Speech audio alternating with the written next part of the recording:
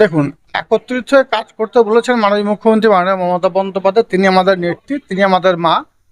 তিনি 2011 থেকে 2025 মাত্র কয়েক বছরের ব্যবধানে এই বাংলার অভাবনীয় পরিবর্তন ঘটিয়েছেন এবং বীরভূম জেলার পিছিয়ে পড়া বীরভূম জেলাকে তিনি এগিয়ে নিয়ে গেছেন উন্নয়নের মাধ্যমে।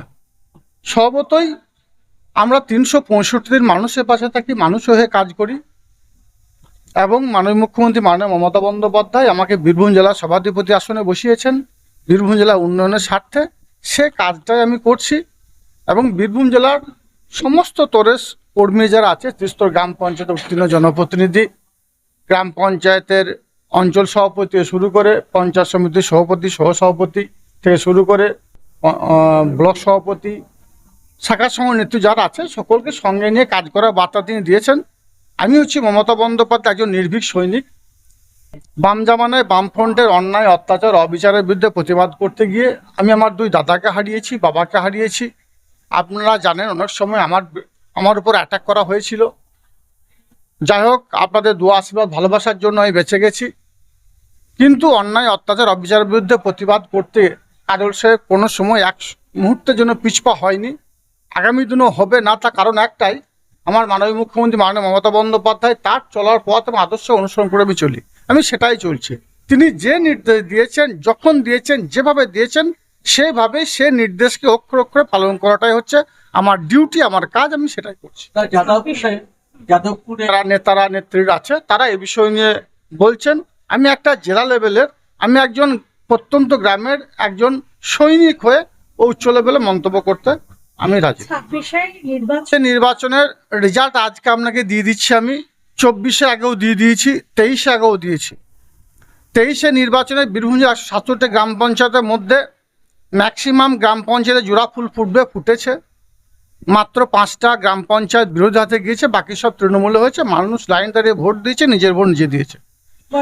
24-এ নির্বাচনেও বলেছিলাম আপনাদের মাধ্যমেই যে বোলপুর লোকসভা কেন্দ্রে 3 লক্ষেরও বেশি ভোটের ব্যবধানে অসিত মাল জয়যুক্ত হবে। বীরভূম লোকসভা কেন্দ্রে শতাব্দী রায় 2 লক্ষেরও বেশি ভোটের ব্যবধানে জয়যুক্ত হবে। সেটাই হয়েছে। 26-এ নির্বাচনের কথা আজ থেকে বলে যাচ্ছি, আমরা মিলিয়ে নেবেন। বীরভূম জেলায় যে 11টা বিধানসভা আছে, 11টা বিধানসভাতে তৃণমূলের জয় জোয়ার হবে। তৃণমূলের মমতা বন্দ্যোপাধ্যায়, অভিষেক বন্দ্যোপাধ্যায় মনোনীত প্রার্থীরাই জিতবে, বিরোধীরা ধরাশায়ী হবে, জামানা জব্দ হবে। দেখুন, তৃণমূল ছাড়া বীরভূম জেলাতে অন্য কোনো দলের কোনো অস্তিত্ব আছে বলে আমি মনে করি না। স্বভাবতই বাবা ছেলের দ্বন্দ্ব হয়, মা ছেলের দ্বন্দ্ব হয়, ভাইয়ে ভাইয়ে দ্বন্দ্ব হয়। এত বড় পরিবার দ্বন্দ্ব হতেই পারে, কিন্তু দ্বন্দ্ব হলেও সে সমস্যার সমাধানের জন্য আমাদের দলনেত্রী, আমাদের বাংলার মা মাননীয় মুখ্যমন্ত্রী মাননীয় মমতা বন্দ্যোপাধ্যায় সব সময়ের জন্য সজাগ আছেন। তাই তিনি যে বার্তা দিয়েছেন, সেই বার্তা অনুযায়ী আগামী দিনে কাজ হবে।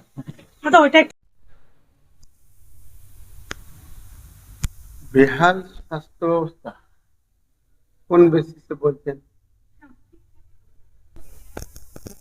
100% মানুষ বেসরকারি সংস্থা যে হসপিটালগুলি আছে সেখানে রোগী পরিষেবা নেন।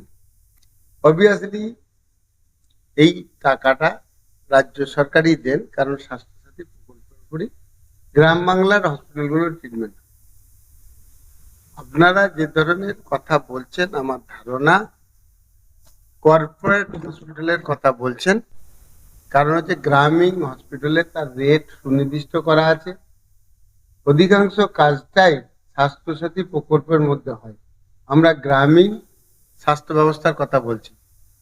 কোথাও এইরকম নাই যে যেখানে টাকা নেওয়ার কোনো সুযোগ আছে। আমি আপনাকে একটা বলি খোলামেলা কথা, এই সিয়ানে তো 2000 টাকার বেশি যদি দেখা যায় খরচ হবে, সরকারি খরচ বাদ দিয়ে, সেভাবে আমি কলকাতায় দেখাবো।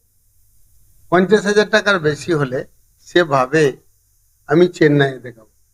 তাই আমি আমার দৃষ্টিকোণে যতটুকু দেখেছি, কোনো স্কোপ নাই বেশি টাকায় ট্রিটমেন্ট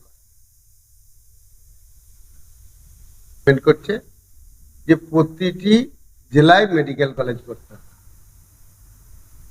এইটা যদি সম্ভব হয়, একটি মেডিকেল কলেজ মানে হচ্ছে প্রায় 250 থেকে 300টি ডাক্তারবাবুকে থাকতে হবে। তাহলে এটা হলেই অটোমেটিক হেলথ পরিষেবা গ্রামের ক্ষেত্রে নেমে আসবে। তাছাড়া সম্ভব নয়। যেমন দেখবেন 1-2 বছর পরে এখানে প্রচুর নার্সিংহোম গড়ে উঠেছে, হেলথ পরিষেবায় প্রচুর মানুষ নিতে আসে। আজকে শহর কেন্দ্রিক বলতে মেডিকেল কলেজগুলো সব শহর কেন্দ্রিক ছিল, তাই জন্যই চিকিৎসা ব্যবস্থা শহর কেন্দ্রিক।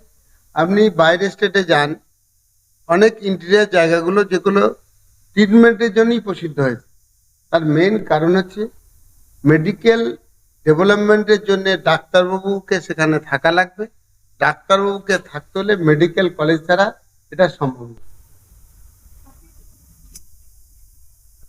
বিষয় হচ্ছে কি, আমি করছি না আমরা করছি, এইটা একটা বিষয়। এইটা ব্যক্তিমলয়ে করা নয়, এটা একটা ট্রাস্টির প্রপার্টি।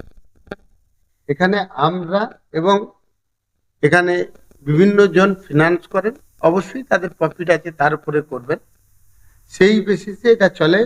এবং স্টুডেন্টদের ফি, আমরা যে কাজগুলো করি খুব র্যাপিড গতিতে করি। ধরুন ত্রিপুরায় মেডিকেল কলেজটা করলাম, আমি আপনাকে বলি যে তখন অঙ্কর হিসাব জানতে চাইলেন, এটা বলা উচিত আপনাকে, কি হবে কি না আমি জানি না, কারণ বিজনেস পলিসি শিখিয়ে হবে। আমি 8 মাসে কলেজটা করি, ধরুন ওটা 150 কোটি টাকার খরচ হবে করতে গেলে। আমরা 25 কোটি টাকা দিয়ে বাকিটা ক্রেডিট, বিভিন্ন ধরনের ক্রেডিটে মালটা নিলাম, ছেলে ভর্তি হলো, আস্তে আস্তে শোধ দিলাম। তেনারা পয়সাটা ইনভেস্ট করে নেবেন। এই যে রিস্কটা খেলে প্রতি ক্ষেত্রেই এটা মানে সাকসেস হয়ে গেছে, তাই জন্য অসুবিধা নেই। এরপর ছেলে ভর্তি হবে, সেই পয়সায় এটাই চলবে। সেই জন্য আপাত দৃষ্টিতে আমরা ওটা মনে হয়, কিন্তু দেখা যাবে কি ওখানে এবারে যে কলেজটি হয়ে গেছে, টোটাল আমরা ওখানে ব্যাংকিং লোন করে নিয়ে আরো ডেভেলপ করি। আলটিমেটলি এই কলেজ থেকেই টাকাটা ইনভেস্ট ছিল, একই ট্রাস্ট। সেই জন্য আপাত দৃষ্টিতে মনে হচ্ছে আজকের দিনে না ইনকাম যে ট্যাক্সের অফিস আছে, কি প্রপার্টি, যেগুলো জলের মতো ক্লিয়ার, প্যান কার্ড দিয়ে মানলেই করা যায়। আমার খাওয়া দাওয়া থাকা সবটাই দেখছেন, বাড়ি গেলেও পাবেন, ব্যাংক ব্যালেন্স গেলেও পাবেন। এরপর ঘটনাটা হচ্ছে কি, জলের মতো স্বচ্ছ, এটা আমার প্রপার্টি হতে পারে না, এটা ট্রাস্টের প্রপার্টি। অতএব ট্রাস্ট চালানোর ক্ষেত্রে সেটা যখন নিজের প্রপার্টি নয়, অনেকজনের উপর ডিপেন্ড করে, এবং যিনি পরিচালনা করেন তেনার যদি দক্ষতা কমে অথবা অন্যজন পরিচালনা করে, অতবি বসে যাবে। একমাত্র রামকৃষ্ণ মিশন বা এই ধরনের কিছু ট্রাস্ট যেটা ধর্মীয় ভাবাবেগের ওপর আছে এবং তাদের একটা নীতি আছে, সেইগুলোই সাস্টেন করে। আমারও ভাবনা আছে একটা নীতির উপর দাঁড়িয়ে, এটা যদি না হয়, আপনি যেটা বলছেন 100% শিওর এটা ধসে যাবে। কারণ হচ্ছে কি, একটা আইডিওলজির উপর দাঁড়াতে হবে, আইডিওলজির উপর না দাঁড়ালে ধসে যাবে। এটা এই প্রশ্ন খুবই বিতর্কিত ও সেন্সিটিভ। পৃথিবীতে স্বচ্ছ শব্দটা আমার মনে হয় বাস্তবিক কোনো সম্ভব নেই। ধরুন একটা লোক চুরি করছে, তাকে আমি চোর বলছি তো? চুরির মানসিকতা নাই কার, আমি জিজ্ঞেস করছি আপনাকে, যদি বলেন, যখন বলছেন শুনুন। ধরুন একজন ভাবছে যে চুরি করব না, পুলিশ আছে ধরে নেবে, সেই নিরীক্ষে সে চোর নয়। একজন ভাবছে চুরি করব না, আল্লাহ বা ভগবান আছে, সে দেখতে পাবে। মানসিকভাবে কেউ কি সৎ ছিল? কোনো কিছুই যদি না বুঝতে পারতো, তাহলে আমি পয়সা নেবো না, এরকম কেউ আছে নাকি?